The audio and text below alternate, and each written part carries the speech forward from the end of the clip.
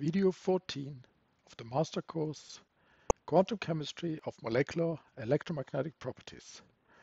The topic of this lecture is time-independent perturbation theory. Having derived expressions for the Hamiltonian of a molecule, or more precisely of the electrons in a molecule, in the presence of external electromagnetic fields, we now want to derive expressions for the energy of the molecule and for the wave function. And much throughout this chapter 3, we will make use of perturbation theory.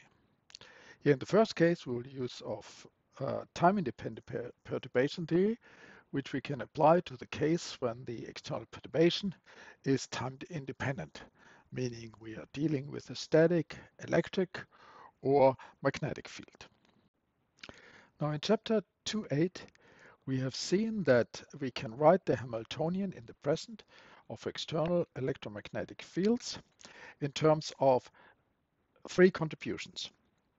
A part of the Hamiltonian which does not depend on the field, which is just a normal Schrödinger Hamiltonian, and then two contributions, one where the dependence on the field is linear, and one where the dependence of the field is quadratic. For the purpose of perturbation theory, one tends to write this Hamiltonian in the form given here, where we have, as I said, the term of or the part of the Hamiltonian which does not depend on the field, which we indicate here with the superscript 0, which means 0th order. Then we have the part which is linear, which is 0, therefore first order in the perturbation, and the part which is quadratic in the perturbation, we say it's second order in the perturbation. So for the purpose of derivation of perturbation theory, one inserts here this parameter lambda, also called the ordering parameter, which is used in the derivation, and afterwards dropped again.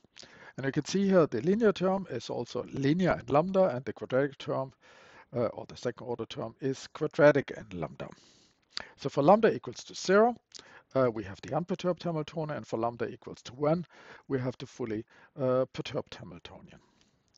One could, but I'm not going to do this here, one could of course also associate this parameter lambda with the strength of the perturbation. Another assumption in our derivation of perturbation theory or time-independent perturbation theory is that we have solved the unperturbed Schrödinger equation, which means we know the eigenfunctions of the unperturbed Hamiltonian as well as the eigenvalues of the unperturbed Hamiltonian, which means the unperturbed energies. Of course, in reality, this is not possible because we can't solve the Schrödinger equation for a system with more than one electron. But we will ignore this fact right now, and we'll come back in part 3 of the book to this problem. Now, as the eigenfunctions here are the eigenfunctions of an Hermitian operator, which our Hamiltonian is, we know that they form a complete orthonormal set, which means that we can expand other unknown functions in this complete set, and this will come in handy later on.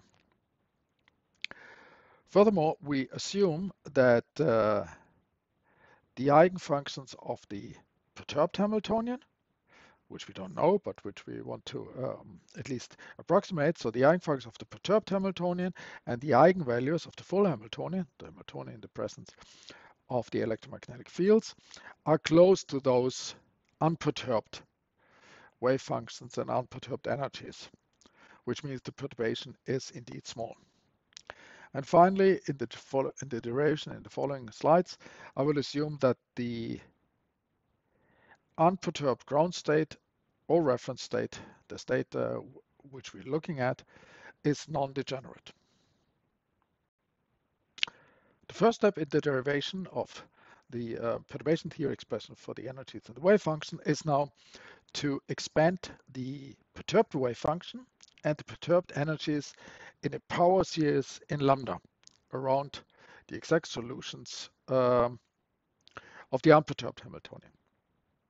So basically what we do, we write the perturbed energy as, well, what's that, a power series expansion, which basically means it's a polynomial in lambda, where the constant term is the energy of the state we're looking at, the unperturbed energy of the state we're looking at, and the unknown coefficients, so far unknown coefficients, are our energy corrections, the first order energy correction, the second order energy correction, and so forth. And we do precisely the same for the perturbation dependent wave function, which we also expand in the power series expansion, which means we write it as a polynomial in lambda with the unperturbed wave function as the constant term, and then the first and second order corrections as coefficients in this polynomial. And as I already used, these coefficients here are called the first, second, and in general mth order correction to the energy and the wave function. Later on, we'll have to deal with terms which are the product of, for example, an energy multiplied with a wave function, where here in this example, the energy is a second order energy correction and the wave function is a first order correction to the wave function. And the product of these two terms then is a third order term. Correspondingly, if we apply the first order Hamiltonian to a second order correction to the wave function, this will also be a third order term. Which means in a term which is a product of two terms, then the order of this term is the sum of the orders of the two individual terms in the product. A consequence of our assumption that the perturbations are small is that with increasing order m, we expect the correction to the energy and to the wave function to become systematically smaller. So we expect, of course, that our expansion is converging. However, that of course requires that really that the perturbation is small, that we are within the convergence radius of this expansion. For the following derivation of the corrections to the energy and the wave function, it will become handy to require that the overlap of our perturbed wave function with the unperturbed wave function is equal to 1. This is called the so-called intermediate normalization. Inserting now the expansion of our perturbed wave function here, and of course using that the unperturbed wave function is normalized, we can, which means this is 1, and therefore all the rest here must be 0, means that the overlap of the unperturbed wave functions with the high order correction, the first order, second order, and so forth corrections to the perturbed wave function is all 0. And that is precisely, this part is the one which we're going to use later on in the following derivations. Now, it's called the intermediate normalization, but our perturbed wave function, of course, is not properly normalized. I mean, it's not normalized to 1. But this is not really a problem, because we have to realize that a priori we don't know how far we will go in the corrections to the wave function. I mean, how many correction terms we will include. And therefore we have to truncate the power series at some finite order. And then what we have to do is then we have to renormalize this wave function then. And we would have to do that independent of whether we would have originally normalized our full perturbed wave function to 1, or whether we normalize it in this way here with this intermediate normalization. In any case, we have, when we finished with truncating our perturbation expansion at some order, and then have those expressions, we have to renormalize the wave function then in any way. Luckily, this does not happen before we get to third order. So in the following, when I only derive first and second order energy corrections and wave functions, I don't have to do that. So finally, we're all set to start our derivation. And what we do is now that we insert the expansion of the energy and the expansion of the perturbed wave function in our Schrödinger equation with the full Hamiltonian in the presence of the field and therefore the perturbed wave function and energy. So here we have our Hamiltonian again written in this partitioning with the first and second order correction. And that is then applied to our perturbed wave function or field dependent wave function here with the power series expansion up to second order. And on the right hand side we have then the expansion of the energy again here up to second orders, and that multiplied to the wave function. Now if you look at this equation, we can interpret that in many ways, but the way we want to look at it now is that, as I said, all these expansion of the wave function, expansion of the energy, as well as expansion of the Hamiltonian, are in reality polynomials in lambda. So all this equation is actually that we have here polynomial in lambda, which is equal to the right-hand side, which is also polynomial in lambda.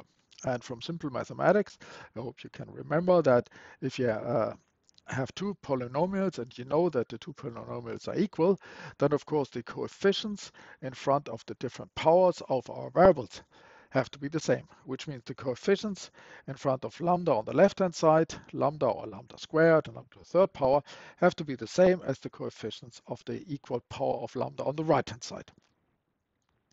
Which means we separate this equation in these different equations. So the polynomials to zeroth order on left and right hand side have to be the same. That gives us our unperturbed Schrödinger equation. The coefficients to first order of lambda to the power 1 of lambda on both sides of the equation have to be the same, which gives us here the first order equation. And correspondingly here I have written up the second order equation. And finally here I have sort of for the mth order equation, where m has to be larger than 2. For m equals to 1 and 2, you have to look at those two equations. For m larger than 2, here's the general one equations. So we separate this perturbed Schrödinger equation up here in different order equations, because the perturbed equation up here essentially is a polynomial in lambda. Each of these equations is a differential equation where we have the unknown functions. And for example, here the first order equation, we know the unperturbed wave function, at least that's what we assume. So the unknown function is this first order correction to the wave function. And as this is a differential equation, because our Hamiltonian is a differential operator, in some cases one actually can solve these like normal differential equations. But what one normally does in perturbation theory is expand the unknown mth order correction to the wave function in a set of known functions. And which known function could one use here? Well, in principle, it could use several sets of known functions, but maybe the most obvious one is to use the complete set of functions which are the eigenfunction of the unperturbed Hamiltonian, which means our unperturbed functions. We already used the unperturbed function of the ground state, assuming that is, we look at the ground state in this case, but now we want to use all the other ones. So here we expand the mth order correction to the wave function in this complete set of function, except we don't include the ground state, multiplied with coefficients, and each order in perturbation theory we have different set of coefficients. The coefficients, of course, are, like always, defined as the projection of here the function which we expand against the basis functions. Using this, we can immediately see that since we have used an intermediate normalization for the wave function, the coefficient for the ground state wave function in any order of perturbation theory is going to be 0, because the consequence of the intermediate normalization was that the overlap with the ground state, the unperturbed ground state wave function, is 0. We can now insert this expansion of the corrections to the perturbed wave function to different orders here in our mth order equation. So here we have the expansion of the mth order wave function, and here we have the mth order minus I wave function, and correspondingly also on the right-hand side.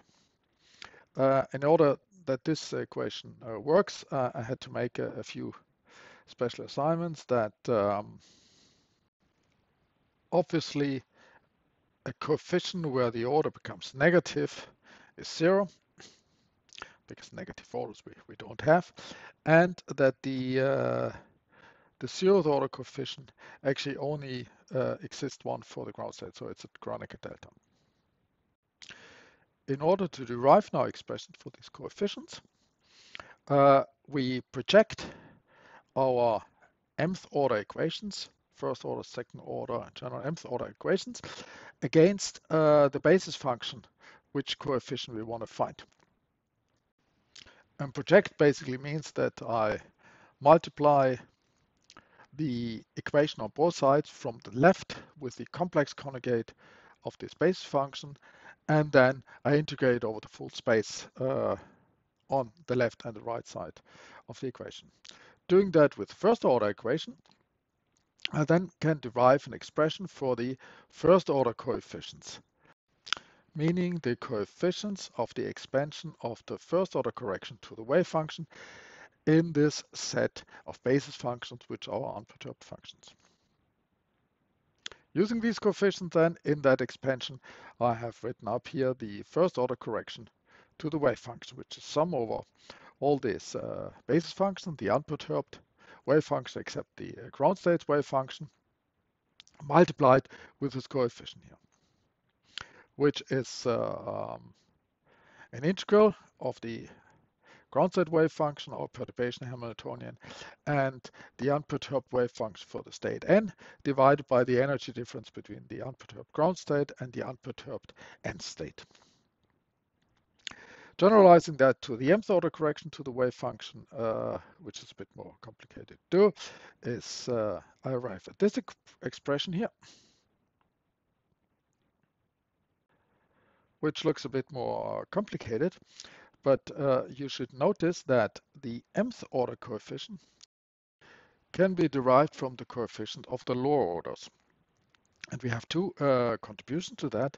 We have one contribution where we here have a coefficient which is 1 or 2 orders lower than the one we are interested in, because here I have a sum of 1 and 2.